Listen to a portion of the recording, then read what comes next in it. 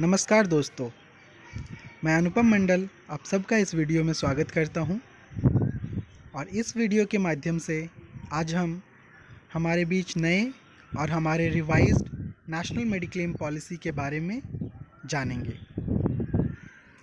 तो दोस्तों, इस वीडियो को शुरू करने से पहले मैं आपके सामने एक इम्पॉर्टेंट इन्फॉर्मेशन शेयर करना चाहूँगा कि हमारे कंपनी ने हमारे दो मौजूदा पॉलिसी, जो कि परिवार मेडिक्लेम पॉलिसी और नेशनल मेडिक्लेम पॉलिसी, इन दोनों को 15 मई 2020, जी हाँ दोस्तों, इस डेट को याद रखिएगा, 15 मई 2020 से इन दोनों पॉलिसियों को बंद करने का निर्णय लिया है। और हमारे जो परिवार मेडिक्लेम पॉलिसी होंगे उनको आगे हम नेशनल परिवार मेडिक्लेम में शिफ्ट करेंगे, और हमारे जो पुराने नेशनल मेडिक्लेम पॉलिसी थी उनको हम हमारे नए और रिवाइज नेशनल मेडिक्लेम पॉलिसी में शिफ्ट करेंगे। तो आइए दोस्तों, हम जानते हैं कि जो हमारे मौजूदा ग्राहक हैं परिवार मेडिक्लेम और नेशनल मेडिक्लेम पॉलिसी के, उनके साथ क्या होगा। तो उन सभी मौजूदा ग्राहकों के लिए हमारी कंपनी ने एक 90 दिनों का नोटिस पीरियड जारी किया है, जो कि 15 मई 2020 से लेकर 12 अगस्त 2020 तक है। इन 90 दिनों के अंदर जिन ग्राहकों का रिन्यूअल होना है वे अपना रिन्यूअल उन्हीं पॉलिसी में अगले 1 साल तक के लिए करा सकेंगे। और इन 90 दिनों के बीच में हमारे मौजूदा ग्राहक यह भी निर्धारित कर सकते हैं कि उन्हें पुराने पॉलिसी के साथ जाना है या फिर हमारे रिवाइज्ड नए पॉलिसी में अपनी पुरानी पॉलिसी को शिफ्ट करानी है। ये दोनों ही ऑप्शंस हमारे कस्टमर के पास होंगे। तो यह थी हमारी एक महत्वपूर्ण जानकारी स्वास्थ्य बीमा क्षेत्र से रिलेटेड। और इसके साथ आइए दोस्तों, हम हमारे इस वीडियो को आगे बढ़ाते हैं और हमारे रिवाइज्ड नेशनल मेडिक्लेम पॉलिसी को जानते हैं। तो सबसे पहले हम हमारे इस प्रोडक्ट के बारे में थोड़ा सा जानते हैं कि यह नेशनल मेडिक्लेम पॉलिसी क्या है। तो हमारे जनरल इंश्योरेंस क्षेत्र में लगभग सारी पॉलिसियाँ, या कह सकते हैं कि ज़्यादातर पॉलिसियाँ इंडेमनिटी पॉलिसी होती हैं। तो उसी तरह से नेशनल मेडिक्लेम पॉलिसी भी एक इंडेमनिटी हेल्थ इंश्योरेंस पॉलिसी है। इसका यह मतलब होता है कि जितनी आपकी क्षति होगी बीमा कंपनी उतनी ही आपकी क्षतिपूर्ति करेगी, ना कि आपके सम इंश्योर्ड के समान। तो इस स्वास्थ्य बीमा पॉलिसी में हमें चिकित्सा के लिए या फिर किसी तरह की दुर्घटना से हुए चिकित्सा के लिए हॉस्पिटलाइजेशन के खर्चों का भुगतान करती है। और साथ में इसमें कुछ स्पेशल फीचर्स भी है, उनका भी भुगतान करती है। तो आइए जानेंगे कि इसमें क्या क्या फीचर्स हैं और इसके क्या क्या लाभ हैं, और इसके साथ जुड़ी हुई क्या क्या कवरेजेस हैं, क्या बेनिफिट्स हैं, इसके बारे में हम विस्तार पूर्वक जानेंगे। दोस्तों, आप स्क्रीन में भी देख पा रहे होंगे, हम 1.2 की बात कर रहे हैं, जिसमें हम कवरेज के बारे में जानेंगे कि हमारे नेशनल मेडिक्लेम पॉलिसी में क्या क्या कवरेज हैं। इसके साथ आपको सब लिमिट्स भी दिख रहा होगा। तो सब लिमिट्स का मतलब होता है कि हमारे कुछ कुछ स्पेसिफिक चीज़ों में अलग अलग लिमिट्स का निर्धारण किया जाता है, जैसे कि room rent, ambulance charges, doctors fee, इनके बारे में हम थोड़ा बहुत जानते हैं। और आपके पास ये प्रॉस्पेक्टस भी है, अगर नहीं है तो हम आपको ये प्रॉस्पेक्टस प्रोवाइड करवाएंगे, जिसमें आप आराम से पढ़ भी सकते हैं। तो चलिए हम आगे जानते हैं कि इसमें क्या क्या कवरेज है। आप आगे देख सकते हैं 1.2.a में रूम चार्जेस हैं, जिसमें कि बहुत तरह के रूम होते हैं, जैसे कि नॉर्मल रूम रेंट होता है, आईसीयू केयर चार्जेस होता है। तो इसके लिए हमारी कंपनी में हमारी इस पॉलिसी के द्वारा सम इंश्योर्ड के मैक्सिमम 25% तक का निर्धारण किया है। और इसमें अलग अलग हेड में, जैसे कि अगर आप नॉर्मल रूम में अगर आपकी चिकित्सा होती है तो आपको 1% सम इंश्योर्ड का आप उपलब्ध कर सकते हैं, जो कि मैक्सिमम 10,000 प्रतिदिन हो सकता है। और अगर आप आईसीयू चार्ज की बात करें तो इसमें सम इंश्योर्ड का 2% तक आप ले सकते हैं, जो कि मैक्सिमम 20,000 प्रतिदिन तक का सीमा निर्गत किया गया है। और हम इसके साथ आपको थोड़ी पुरानी पीछे की ओर ले जाना चाहेंगे कि हमारी जो एग्जिस्टिंग या फिर जो पुरानी नेशनल मेडिक्लेम पॉलिसी थी, इसमें इन दोनों ही हेड में जो इसकी मैक्सिमम लिमिट थी वह कम थी, जो कि 5,000 और 10,000 थी। इसको बढ़ाकर अभी 10,000 और 20,000 कर दिया गया है, तो ये एक अच्छी खबर है। आइए हम चलते हैं 1.2.B के तरफ, जो कि है मेडिकल प्रैक्टिशनर फीस, या फिर इसको हम डॉक्टर्स फीस भी कह सकते हैं। यह भी मैक्सिमम 25% तक का निर्धारण किया गया है। तो इसमें भी आप देख सकते हैं fees for medical practitioner including treating medical practitioner, surgeons, anaesthetics consultants, specialist whose services has been utilised during the hospitalisation. इन सभी खर्चों को मैक्सिमम 25% तक का निर्धारण किया गया है, जो कि हमारे ग्राहक उनका लाभ उठा सकेंगे। इसके अलावे हमारे कुछ अदर एक्सपेंसेस हैं जिनमें 50% तक का निर्धारण किया गया है, जिसमें कि anaesthesia, blood, oxygen, operation theatre charges and surgical appliances के बारे में जिक्र किया गया है।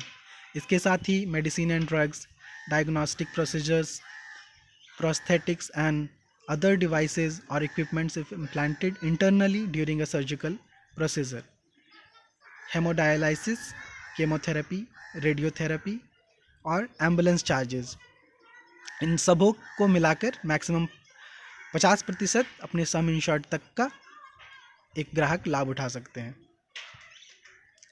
चलिए आगे हम जानते हैं 1.2.D के बारे में जाते हैं, जिसमें कि एक्सपेंसेस है हेमोडायलिसिस, केमोथेरेपी और रेडियोथेरेपी के बारे में।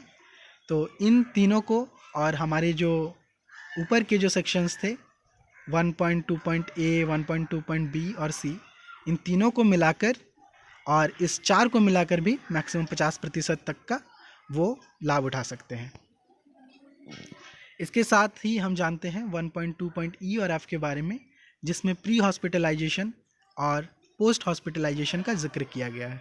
जी दोस्तों, हम जानते हैं कि हमारी जो यह पॉलिसी है यह किसी भी तरह की हॉस्पिटलाइजेशन के केस में जो हुए खर्चों का भुगतान करती है, और इसके साथ ही इसमें प्री हॉस्पिटलाइजेशन और पोस्ट हॉस्पिटलाइजेशन के खर्चों का भी भुगतान करती है। प्री हॉस्पिटलाइजेशन हमारे हॉस्पिटल में भर्ती होने से 45 दिनों के पहले हुए खर्चे, और पोस्ट हॉस्पिटलाइजेशन में हमारे हॉस्पिटल से डिस्चार्ज होने के बाद अगले 60 दिन तक हुए खर्चे का भी भुगतान करती है बीमा कंपनी। और इसमें भी हम आपको ये बताना चाहेंगे कि हमारे पुराने पॉलिसी में जो प्री हॉस्पिटलाइजेशन था वो पिछले 30 दिनों के लिए था, जो कि अब बढ़ाकर 45 दिन कर दिया गया है। अब आप देख सकते हैं एक नोटिंग दिया गया है जिसमें यह लिखा गया है कि सब limits as mentioned in section 1.2.A, B and C above will not apply in case of treatment undergone as a package for a listed procedure in a preferred provider network। तो दोस्तों, ये प्रीफर्ड प्रोवाइडर नेटवर्क क्या होता है, PPN, इसको हम सरल भाषा में समझते हैं TPA, third party administrator. TPA के हेल्प से, TPA को ही यहाँ पे PPN बोला जा रहा है। तो अगर आप किसी एक नेटवर्क हॉस्पिटल में अपना इलाज करवाते हैं TPA के माध्यम से, तो यहाँ पे जो ऊपर जो सब लिमिट्स का जिक्र किया गया है, इनका कोई दबाव नहीं होगा आप पर, और आप स्वतंत्र रूप से वहाँ पे इलाज करवा सकेंगे, क्योंकि वहाँ पे TPA की उपलब्धता होंगी। तो वो वहाँ पे आपकी सारी हेल्प करेंगे कि आपको क्या कराना है, कैसे कराना है, क्योंकि जो आपके लिमिट्स होंगे आपको उसी तरह के बेड्स में आपको वहाँ सजेस्ट किया जाएगा। तो इसके लिए आपको किसी तरह का आपको चिंता नहीं करना है। तो हमारे TPA आपको हेल्प करेंगे हर उस चीज़ के लिए। आगे चलते हैं हम 1.3 के बारे में, जिसमें यह लिखा गया है terms specific to day care procedure, Ayurveda and homeopathy, HIV AIDS cover, mental illness cover, organ donors, medical expenses and ambulance charges. तो इन सब के अलावा यह भी कहा गया है कि hospitalisation due to any of the following shall be subject to the terms mention against each. इसमें हमारे बीच में ये सारे जो कुछ कुछ नाम आप देख रहे हैं, ये पहले इनका जिक्र नहीं हुआ करता था, क्योंकि पहले ये सारे कवरेज नहीं थे, जैसे कि HIV AIDS, mental illness cover, इनको अभी ऐड किया गया है, जो कि एक बहुत ही अच्छी खबर है कि समय के साथ हमें जो हमारे बीच जो बीमारियां जो घूम रही है, ताकि हमें ज़्यादा से ज़्यादा बीमारियों का कवर मिल सके। तो इसके बारे में भी हम आगे जानेंगे, हर एक के बारे में, आयुर्वेदा और homeopathy, HIV AIDS, mental illness cover, organ donors, medical expenses and ambulance charges, इनके बारे में आगे हम जानेंगे। देखिए 1.3.1 डे केयर प्रोसीजर। सबसे पहले हम समझते हैं कि ये डे केयर प्रोसीजर क्या होता है। तो डे केयर प्रोसीजर हम वैसे ट्रीटमेंट को बोलते हैं जहाँ पर आज के टेक्नोलॉजिकल एडवांसमेंट के कारण चिकित्सा में 24 घंटे से कम की समय लगती है, क्योंकि हम सभी जानते हैं कि हॉस्पिटलाइजेशन का मतलब ही होता है कि जिसमें 24 घंटे से ज़्यादा का हॉस्पिटलाइजेशन की ज़रूरत होती है, इसके बिना आपको क्लेम नहीं मिलेगी। तो डे केयर प्रोसीजर में यह छूट आपको मिलती है कि आप ऐसे चिकित्सा अगर करवाते हैं जिसमें 24 घंटे से कम की समय लगती है, लेकिन अगर आप उसको नॉर्मल अस्पताल में करवाते तो उसमें 24 घंटे से ज़्यादा की समय लगती। तो इसी के बारे में यहाँ पे कहा गया है, आप इसको ध्यानपूर्वक पढ़ भी सकते हैं। चलिए आगे हम जानते हैं 1.3.2 के बारे में, जिसमें आयुर्वेदा एंड होम्योपैथी। तो इसमें भी हम ज़्यादा समय नहीं लेंगे आपका। इसमें हम यही बताना चाहेंगे कि आयुर्वेद और होम्योपैथी से रिलेटेड खर्चे भी, अगर आप हॉस्पिटलाइज्ड होते हैं और आयुर्वेद और होम्योपैथी का सहारा लेते हैं अपने इलाज के लिए, तो इसका भी भुगतान किया जाएगा।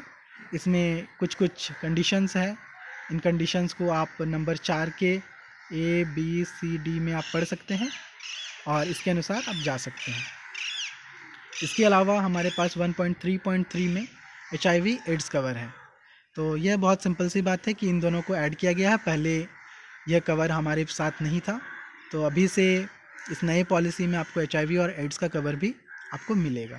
इसके साथ ही 1.3.4 में मेंटल इलनेस कवर, यह भी पहले नहीं था, इसको भी ऐड किया गया है, जिसमें आप मेंटल इलनेस कवर के से जुड़े खर्चे भी, अगर आप इनका इलाज करवाते हैं, आप हॉस्पिटलाइज्ड होते हैं, तो इनके खर्चों का भी भुगतान किया जाएगा।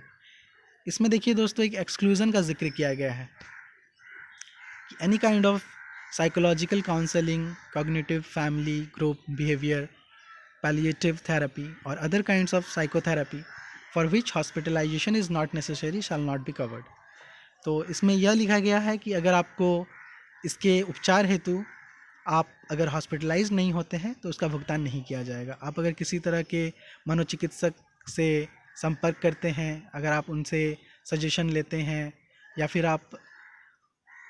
अगर आपको सरल भाषा में यह कहें कि अगर आपको हॉस्पिटलाइजेशन अगर आप नहीं होते हैं तो आपको उससे जुड़े खर्चों का भुगतान नहीं होगा। अब हम आगे चलते हैं 1.3.5 की ओर, जिसमें है ऑर्गन डोनर्स मेडिकल एक्सपेंसेस। तो दोस्तों आइए हम जानते हैं कि ऑर्गन डोनर्स मेडिकल एक्सपेंसेस क्या होता है। अगर कभी हमें अपने किसी ऑर्गन हमारी फेलियर हो जाती है और अगर हम उसको ट्रांसप्लांट करवाना चाहते हैं तो उससे जुड़े खर्चों का भी भुगतान करेगी। तो इसमें क्या होता है, इसमें 2 लोगों की आवश्यकता होती है, एक तो जिनका ऑर्गन ट्रांसप्लांट होना है और एक जो ऑर्गन डोनर होते हैं, जो आपको दान देते हैं। तो इसमें दोनों के ही खर्चों का भुगतान किया जाता है, जो आपके डोनर होंगे उनका भी, और चूँकि आप बीमारी से ग्रसित हैं तो चूँकि आपको उस ऑर्गन की ज़रूरत है तो उसके ट्रांसप्लांट में भी जो खर्चे होंगे उसका भी भुगतान किया जाएगा। लेकिन इससे रिलेटेड एक एक्सक्लूज़न का भी जिक्र है यहाँ पर, आगे आप देख पा रहे होंगे कि इसमें 2 एक्सक्लूज़न का जिक्र है। इसमें कहती है the company shall not liable to make any payment in respect of any expenses incurred in connection with or in respect of cost of the organ to be transplanted.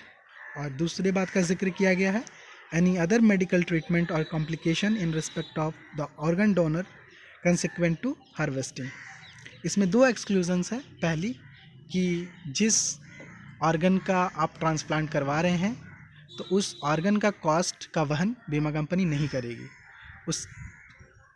उस ऑर्गन को transplant कराने की और जो आपकी hospitalisation की खर्ची होगी सिर्फ उनका ही भुगतान किया जाएगा, ना कि आपके ऑर्गन का जो कॉस्ट होगा उसका।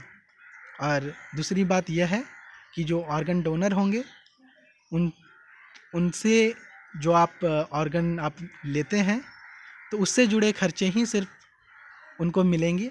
अगर उनको किसी और तरह का बीमारी से अगर वो ग्रसित हैं और अगर वह उसका भी उपचार उस वक्त कराना चाहेंगे तो उससे जुड़ी कोई खर्चों का भुगतान बीमा कंपनी नहीं करेंगी। आगे चलते हैं हम 1.3.6 की ओर, जिसमें एम्बुलेंस चार्जेस का जिक्र किया गया है। तो दोस्तों, एम्बुलेंस चार्जेस जो हमारे सम इंश्योर्ड हमारी जो होती है, जो बीमित राशि, उसका 1% तक का भुगतान करती है बीमा कंपनी, जो कि मैक्सिमम 2000 तक ही हो सकता है। आगे चलते हैं हम अदर बेनिफिट्स के बारे में। आप देख पा रहे होंगे ऑन स्क्रीन 1.4.1। ये अदर बेनिफिट्स कुछ ऐसे बेनिफिट्स हैं जो कंपनी ने इस नए पॉलिसी में आपको अलग से बेनिफिट्स दे रहे हैं, क्योंकि समय के साथ, मैंने आपको पहले भी कहा कि समय के साथ, आधुनिकीकरण के साथ हमें खुद को भी चेंज करना होता है और हमारे पास जो प्रोडक्ट है उनको भी चेंज करना होता है, नहीं तो हम पीछे छूट जाते हैं। तो हमारी जो पुराने दोनों ही पॉलिसी थे वो काफ़ी लंबे समय से चल रहे थे, करीब लगभग 5-10 साल से वो चल रहे थे। तो इसके लिए समय के ज़रूरत के साथ हमारे पॉलिसी में भी परिवर्तन किया गया है, और आइए हम जानते हैं कि हमें इस पॉलिसी में क्या अदर बेनिफिट्स मिलेंगे। 1.4.1 reinstatement of basic sum insured available to basic sum insured of INR 6 lakhs and above. तो दोस्तों, यहाँ पे एक 6 लाख रुपीज़ का जिक्र किया गया है। तो सबसे पहले हम यह जानते हैं कि इस पॉलिसी, नेशनल मेडिक्लेम पॉलिसी, जो एक रिवाइज्ड पॉलिसी है, इसका जो सम इंश्योर्ड है वह भी बढ़ा दिया गया है, जिसमें हमारे ग्राहक 1 लाख रुपये से 10 लाख रुपये तक का बीमा राशि का चयन कर सकते हैं, जो कि 1 लाख के मल्टीपल में होगा। पहले यह 1 लाख से 5 लाख तक ही उपलब्ध था, अभी इसको बढ़ाकर 1 लाख से 10 लाख कर दिया गया है। तो इसमें कह रहा है कि reinstatement of basic sum insured available to basic sum insured of INR 6 lakhs and above. अगर कोई ग्राहक 6 लाख से ज़्यादा की पॉलिसी लेते हैं, for example 7 lakhs, 8 lakhs, 9 lakhs और 10 lakhs, तो इनको अपने पॉलिसी को रीइंस्टेटमेंट कराने की सुविधा होगी। अब आइए हम जानते हैं कि रीइंस्टेटमेंट क्या होता है। रीइंस्टेटमेंट हम बोलते हैं कि जब हम अपने बीमित राशि का उपयोग कर लेते हैं तो हम पुनः उस राशि तक कैसे पहुंच सकते हैं। सपोज़ कीजिए कि अगर आपने 10 लाख रुपए का एक पॉलिसी लिया है इसके अंतर्गत, और आपने किसी बीमारी में के इलाज के लिए अपना 5 लाख रुपया का आप उपभोग कर चुके हैं। अब आपके पास आपके पॉलिसी में 5 लाख रुपए बचते हैं, लेकिन अगर आप चाहते हैं कि नहीं, अभी हमारे पॉलिसी में 1 साल होने में काफ़ी समय बचा हुआ है और हमारे पॉलिसी में 1 या 1 से ज़्यादा लोग कवर्ड हैं, तो आप उस राशि को फिर से 5 लाख से बढ़ाकर, जो आपकी पुरानी पॉलिसी का सम इंश्योर्ड था 10 लाख, आप फिर से 5 लाख रुपया का उसमें ऐड ऑन करा सकते हैं। ऐड ऑन करा सकते हैं कहने का मतलब है कि आप उसमें अगले 5 लाख के लिए आपको अलग से प्रीमियम देना पड़ेगा और आप अपने पॉलिसी को फिर से 5 लाख से बढ़ाकर 10 लाख करवा सकते हैं, जो कि आपके पॉलिसी ख़त्म होने तक वैलिड रहेगा, और वह बीमा राशि आपको अगले पॉलिसी रिन्यूअल में कैरी फॉरवर्ड नहीं की जाएगी। तो यह होता है रीइंस्टेटमेंट बेनिफिट, जो कि एक काफ़ी अच्छी खूबी आप लोगों को मिल रही है। अगर दोस्तों आपको इन सब से रिलेटेड कोई क्वेरी होगी तो आप हमें ग्रुप में भी पोस्ट कर सकते हैं, या फिर आप पर्सनली मुझसे भी जानकारी पा सकते हैं, या फिर आप अगर इसको पढ़ेंगे तो आप इसको पढ़कर भी समझ सकेंगे अच्छे से। देखिए दोस्तों, यहाँ पर 2 केस बेसिस से भी समझाया गया है आपको, केस 1 एंड केस 2। आप इसको भी स्टडी कर सकते हैं अपने हेल्प के लिए, और इससे भी आपको समझ में आएगी। आइए दोस्तों, अब हम चलते हैं अपने अगले पॉइंट के ऊपर, जो कि है 1.5 गुड हेल्थ इंसेंटिव। तो दोस्तों, हमारे इस पॉलिसी में हमारे ग्राहकों को कुछ इंसेंटिव भी कंपनी प्रोवाइड करती है इस पॉलिसी के थ्रू, जिसको हम कहते हैं गुड हेल्थ इंसेंटिव। आइए हम जानते हैं कि गुड हेल्थ इंसेंटिव क्या होती है। अगर गुड हेल्थ इंसेंटिव का कहने का मतलब है कि अगर आपका स्वास्थ्य काफ़ी अच्छा रहता है और आप किसी तरह का क्लेम नहीं करते हैं, किसी तरह का दावा नहीं करते हैं, तो आपको क्या क्या फ़ायदे मिल सकते हैं इस पॉलिसी के अंतर्गत। सबसे पहला जिक्र है 5.1 में कम्युलेटिव बोनस। कम्युलेटिव बोनस क्या होता है? अगर हमारी जो भी सम इंश्योर्ड है, अगर हम अगले 1 साल तक कोई भी दावा नहीं करते हैं, किसी भी तरह का क्लेम नहीं लेते हैं, तो हमारे सम इंश्योर्ड में अगले रिन्यूअल पर 5% का इजाफा होगा। मतलब हमारे सम इंश्योर्ड में 5% की वृद्धि होगी, यह भी कह सकते हैं आप। और यह कब तक चलेगी? यह जब तक आपका सम इंश्योर्ड 50% तक नहीं बढ़ जाता, मतलब आप अगले 10 साल तक आप इसका फ़ायदा ले सकते हैं। जब तक आपका 50% अगर आपका बढ़ जाता है कम्युलेटिव बोनस, तो फिर आगे आपकी नहीं बढ़ेगी। जैसे हम अपने मोटर इंश्योरेंस पॉलिसी में भी हम NCB के बारे में जानते हैं, जो कि 50% से आगे नहीं बढ़ती है, उसी प्रकार यहाँ भी 50% से आगे नहीं बढ़ेगा, परंतु वहाँ पे प्रीमियम में छूट होती थी। यहाँ पे आपको प्रीमियम में कोई छूट नहीं मिलेगी, बल्कि आपके सम इंश्योर्ड में ही इजाफा होगा। तो दोस्तों, अब बात यहाँ पे रही कि अगर आप अगले 2 साल तक कम्युलेटिव बोनस का फ़ायदा उठाते हैं और तीसरे साल अगर आपका क्लेम हो जाता है, तब क्या होगा? अगर आपका तीसरे साल अगर आपको क्लेम हो जाए, तो उस वक्त जब आपका अगला रिन्यूअल होगा, उसमें 5% घटा दिया जाएगा। सपोज़ करिए कि आप अगले 3 साल अगर आपने क्लेम नहीं लिया है, तो आपको 5 गुना 3 मतलब 15% आपके सम इंश्योर्ड में वृद्धि हो चुकी है। अगर आप चौथे साल क्लेम ले लेते हैं, तो चौथे साल रिन्यूअल के वक्त आपका 5% घटा दिया जाएगा, मतलब 15% की जगह पे आपको कम्युलेटिव बोनस 10% ही चौथे साल मिलेगा। आइए चलते हैं हम अपने अगले पॉइंट के ऊपर, जो कि है 1.5.2, जिसमें कहा गया है प्रिवेंटिव हेल्थ चेकअप। ये प्रिवेंटिव हेल्थ चेकअप क्या होता है, इसके बारे में हम समझते हैं कि अगर हम अपने 4 साल के पॉलिसी के अंतर्गत, अगर हम अपने बीमा पॉलिसी को 4 साल तक कंटिन्यूस चलाते हैं और किसी तरह का कोई क्लेम नहीं करते हैं, तो हमें प्रिवेंटिव हेल्थ चेकअप के मद्देनज़र हमें 1%, हमारे सम इंश्योर्ड के 1% तक का भुगतान किया जाता है, जिसका हम क्लेम कर सकते हैं। और इसमें हमें यह राशि क्यों दी जाती है? ताकि हम 4 साल के उपरांत हम अपने हेल्थ का एक बेसिक चेकअप करा सकें, ताकि हम जान सकें कि हमारा स्वास्थ्य कैसा है। और कंपनी आपको एक इंसेंटिव के रूप में अपने सम इंश्योर्ड का 1% आपको क्लेम करने पर देती है। और ये क्लेम एक समझिए कि एक सेकेंडरी क्लेम है, इसको आपको एक नॉर्मल क्लेम की तरह ट्रीट नहीं किया जाएगा। ये एक इंसेंटिव की तरह आपको 1%, जो कि मैक्सिमम 5,000 रुपये तक प्रति व्यक्ति आपको मिल सकती है, हर 4 साल पे 1 साल, हर 4 साल पे एक बार। और इसका क्लेम आप कब कर सकते हैं? 4 साल के उपरांत जब आप 5वें साल में हो जाते हैं, तो उस 5वें साल में आप कभी भी इसका आप क्लेम दावा कर सकते हैं। और यह ध्यान रखिएगा कि ये पॉलिसी समाप्त होने के कम से कम 45 दिन पहले तक आपको कर लेना है।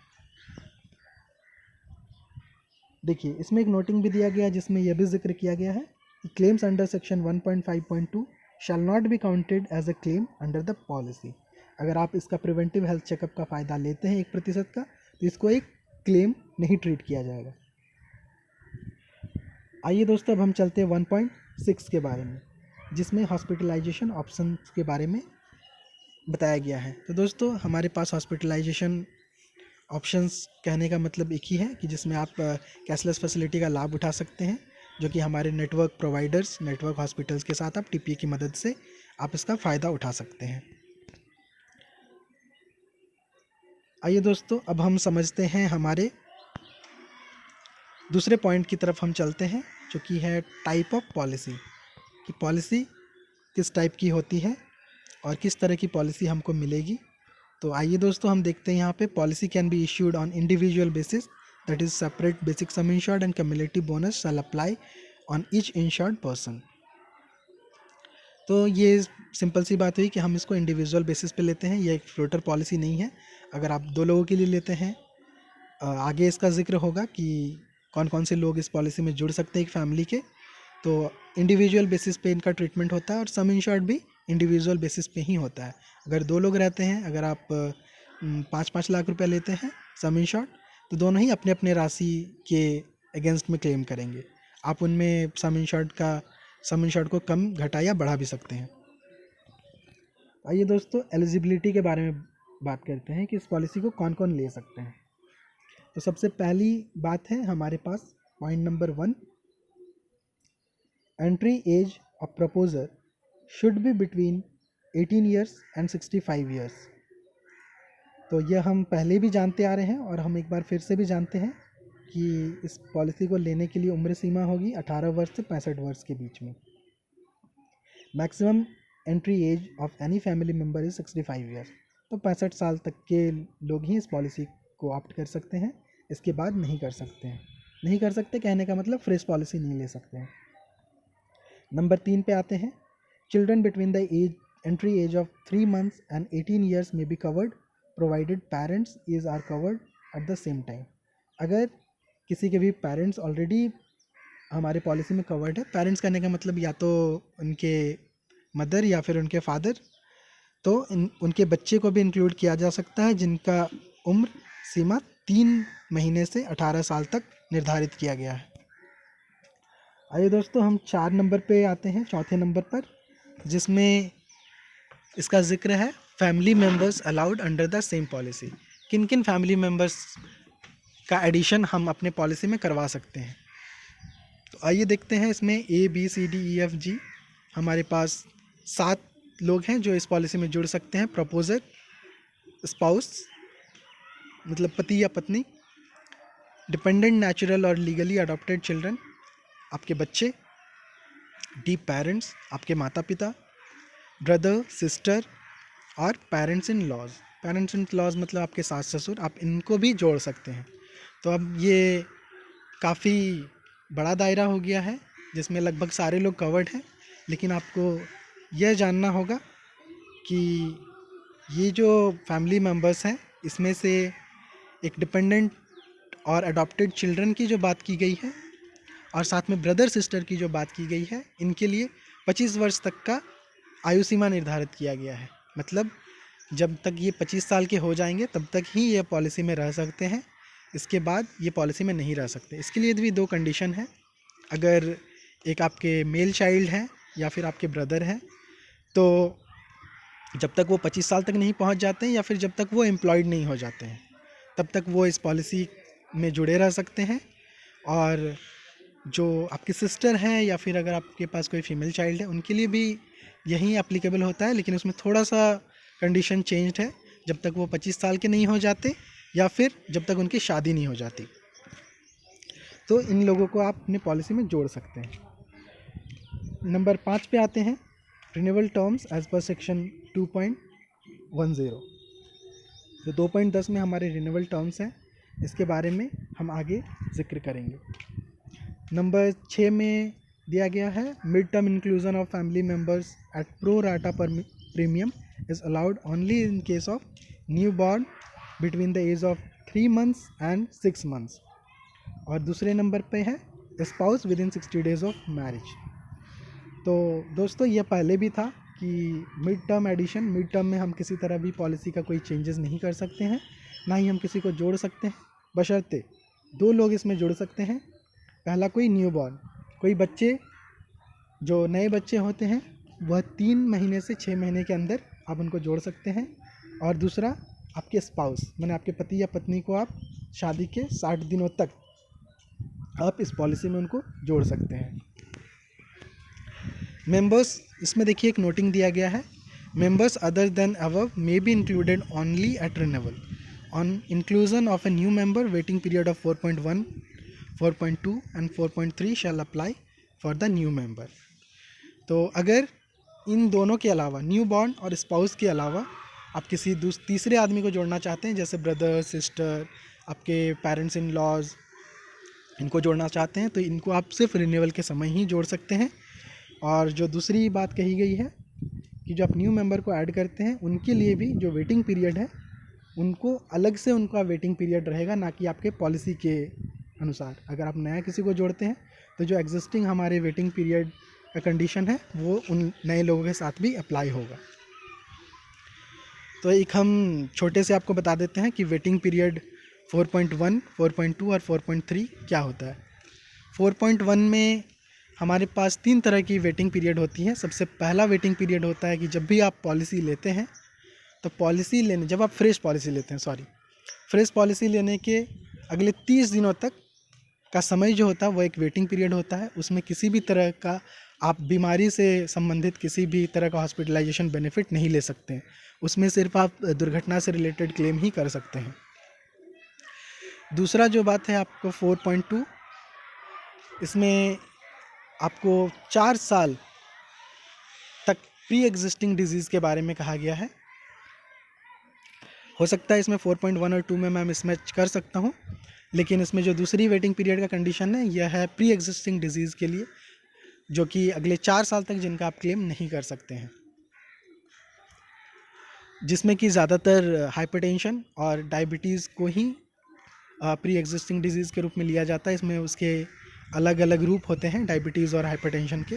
इसके अलावा भी अगर कुछ है तो इसके लिए भी होंगे, लेकिन ज़्यादातर हम हाइपरटेंशन और डायबिटीज़ के बारे में ही बात करते हैं।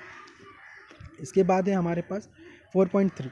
4.3 में क्या होता है कि हम जब पॉलिसी लेते हैं तो प्री एग्जिस्टिंग और 30 दिनों के अलावा भी कुछ ऐसे बीमारी होते हैं जिसके लिए कंपनी ने यह निर्धारित किया गया है कि इस बीमारी के अगेंस्ट में आपको क्लेम करने के लिए कुछ ऐसी बीमारियां हैं जिनके लिए 1 साल का वेटिंग पीरियड निर्धारित किया गया है, कुछ बीमारियों के लिए 2 साल का, कुछ बीमारियों के लिए 4 साल तक का समय निर्धारित किया गया है waiting period, as a waiting period, जो कि प्री एग्जिस्टिंग नहीं होने पर भी आपको उसका वेटिंग पीरियड सहन करना पड़ेगा। आगे देखिए, आगे चलते हैं हम।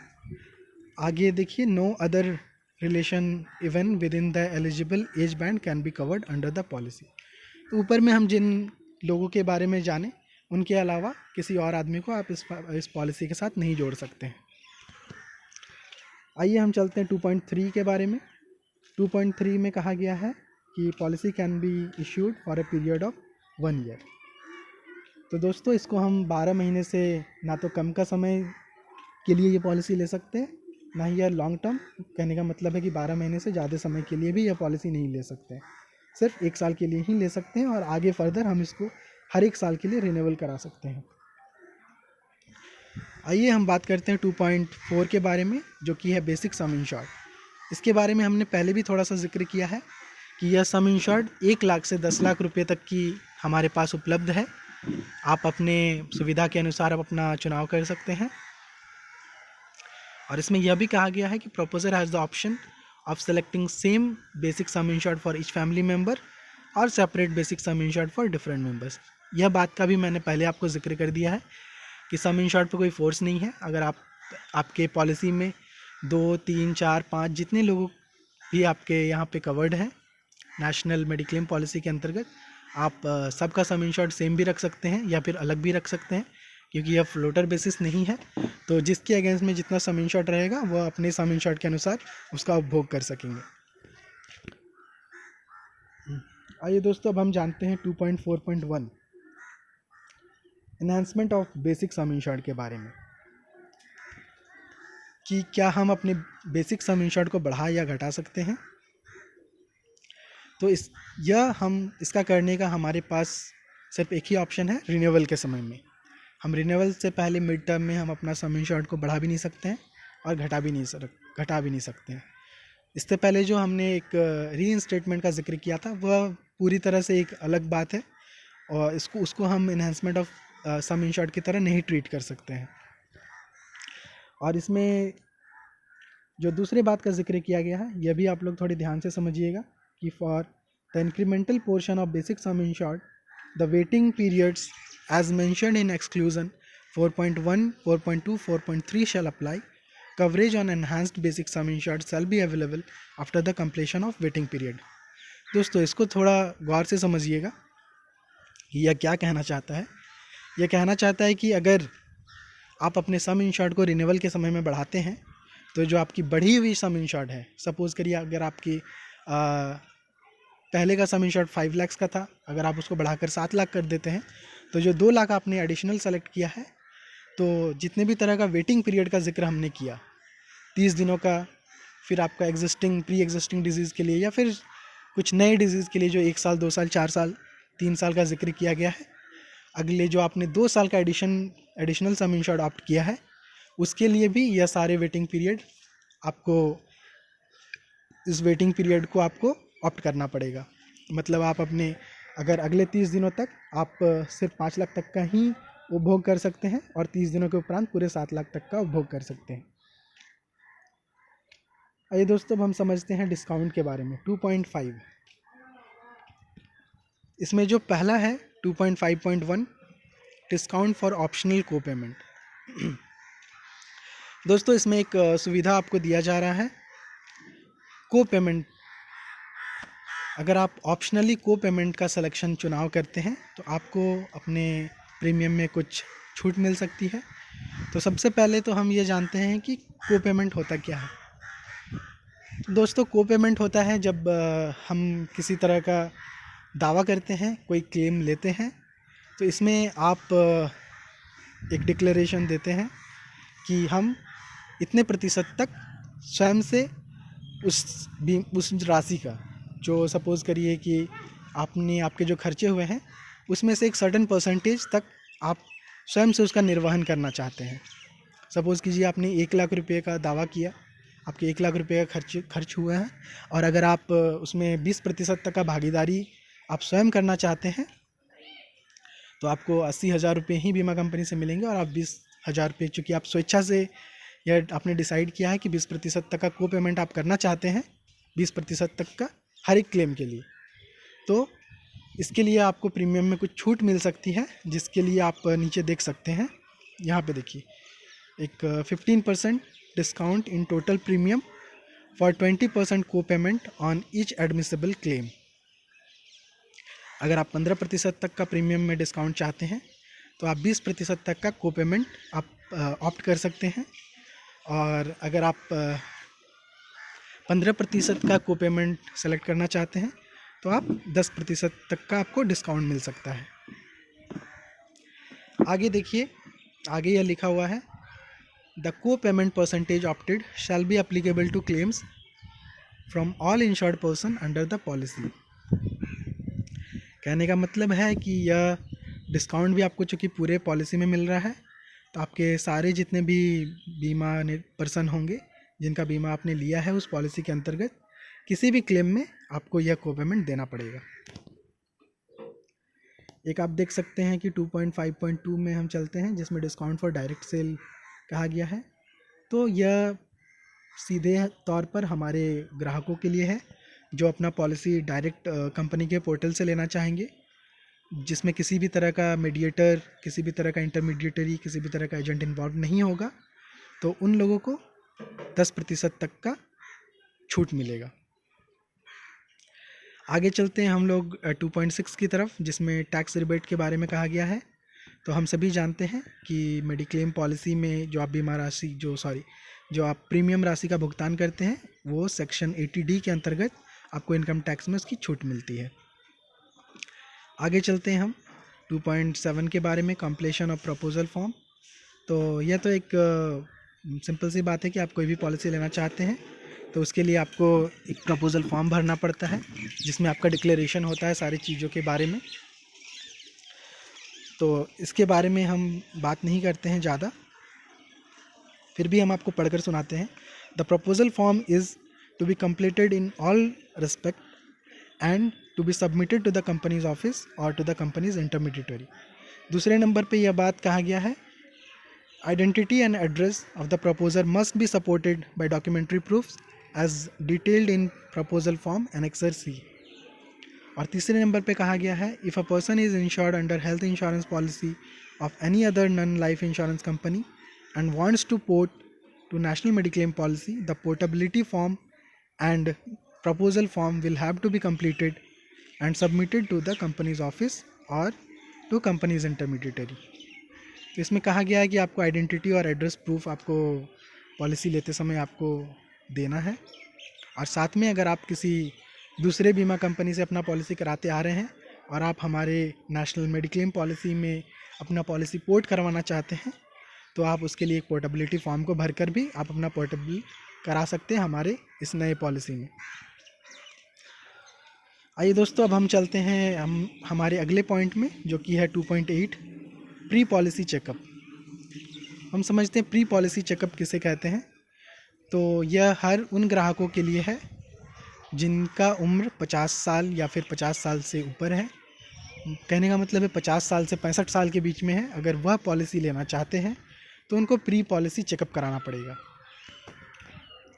जिसमें आप देख रहे होंगे 2.8 के नंबर 3 में कुछ चीज़ों का जिक्र किया गया है जिनका उनको टेस्ट कराना पड़ेगा, और उसके बाद ही कंपनी यह निर्धारित करेगी कि उनका बीमा करना है या नहीं करना है। तो आइए जानते हैं कि किन किन तरह का मेडिकल एग्ज़ामिनेशन है जिसके थ्रू उनको जाना पड़ेगा, जिसमें कि आप देख सकते हैं physical examination, blood sugar, fasting and post prandial. तीसरे नंबर पर है लिपिड प्रोफाइल, फिर आगे है serum creatinine, urine routine and microscopic examination, ECG, eye checkup और किसी अन्य तरह का investigation required by the company. तो इतने तरह के टेस्टिंग आपको कराने हैं किसी भी हॉस्पिटल में या फिर किसी ऐसे डॉक्टर में जो कम से कम MD in medicine qualification possess करता हो उनके पास। इसमें एक आप दूसरे नंबर पे एक आप देख रहे होंगे, एक बात का जिक्र है कि यहाँ पर आप देख सकते हैं, the company shell reimburse 50% of the expenses incurred for the pre policy checkup if the proposal is accepted. तो यहाँ पे एक बात का जिक्र कंपनी ने किया है कि अगर किसी ऐसे व्यक्ति जो कि प्री पॉलिसी चेकअप के थ्रू जाते हैं और कंपनी अगर उनका प्रपोज़ल एक्सेप्ट कर लेती है और उनका पॉलिसी कराती है, तो उनको जो खर्च हुई है प्री पॉलिसी चेकअप में उसमें 50% तक वापस दे सकती है। और यह 50% तक भी, इसका भी एक लिमिट है दोस्तों। आप यह नहीं समझिएगा कि आप हम कितने भी पैसों तक का अगर हम करवा लेते हैं चेकअप तो हमें उसका पूरा आधा मिल जाएगा। तो इसका कुछ एक लिमिट है जो कि यहाँ पे नहीं दिया गया है, तो वो आपको आगे उसकी जानकारी मिलेगी। आगे देखते हैं दोस्तों, हम लोग चलते हैं। और एक बात ध्यान देने के लिए है, 2.8 में एक नोटिंग दिया गया है जिसमें कहा गया है the date of medical reports should not exceed 30 days prior to the date of proposal. इसमें यह भी कहा गया है कि जब भी आप प्री पॉलिसी चेकअप कराते हैं वह पॉलिसी लेने के 30 दिन से ज़्यादा दिन नहीं होना चाहिए। 30 दिनों के अंदर ही वह चेकअप होना चाहिए, तभी उसको मान्य माना जाएगा। आगे देखते हैं दोस्तों, पेमेंट ऑफ प्रीमियम।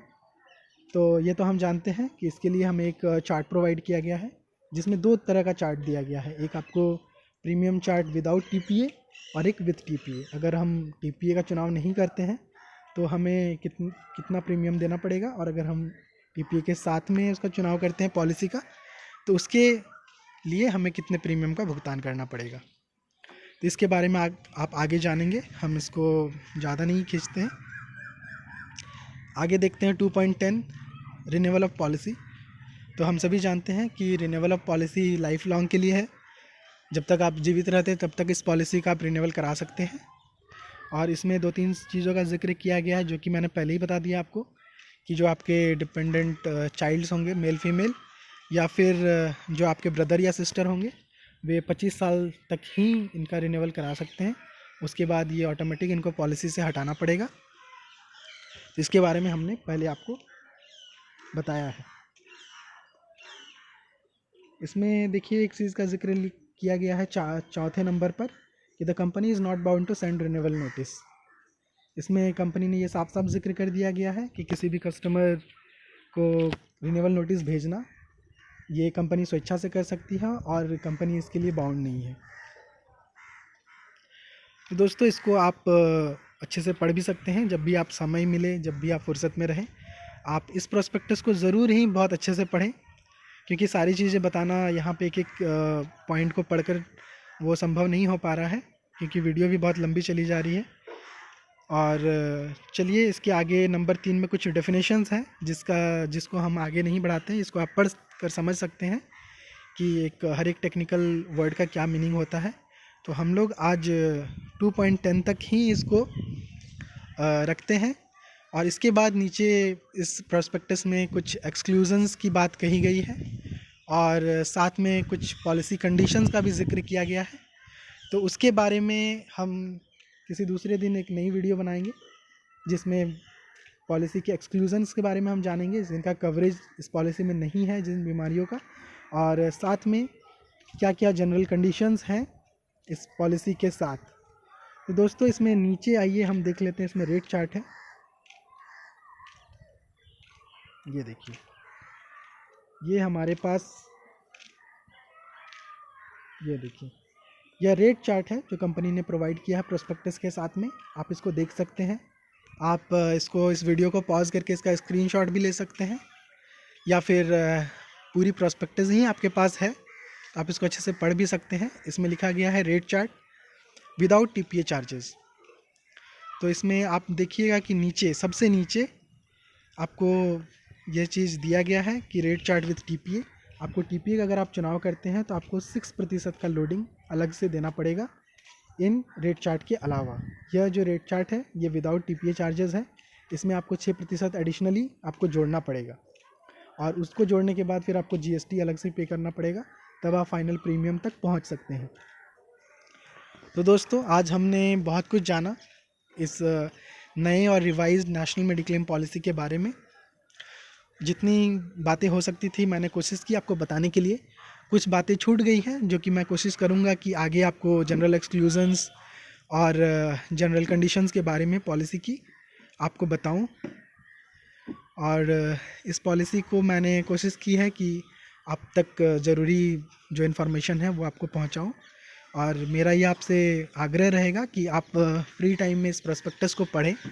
काफ़ी अच्छा प्रोस्पेक्टस है, पूरे डिटेल में सारी चीज़ों का जिक्र है, ताकि आप सारी चीज़ों को समझ सकें।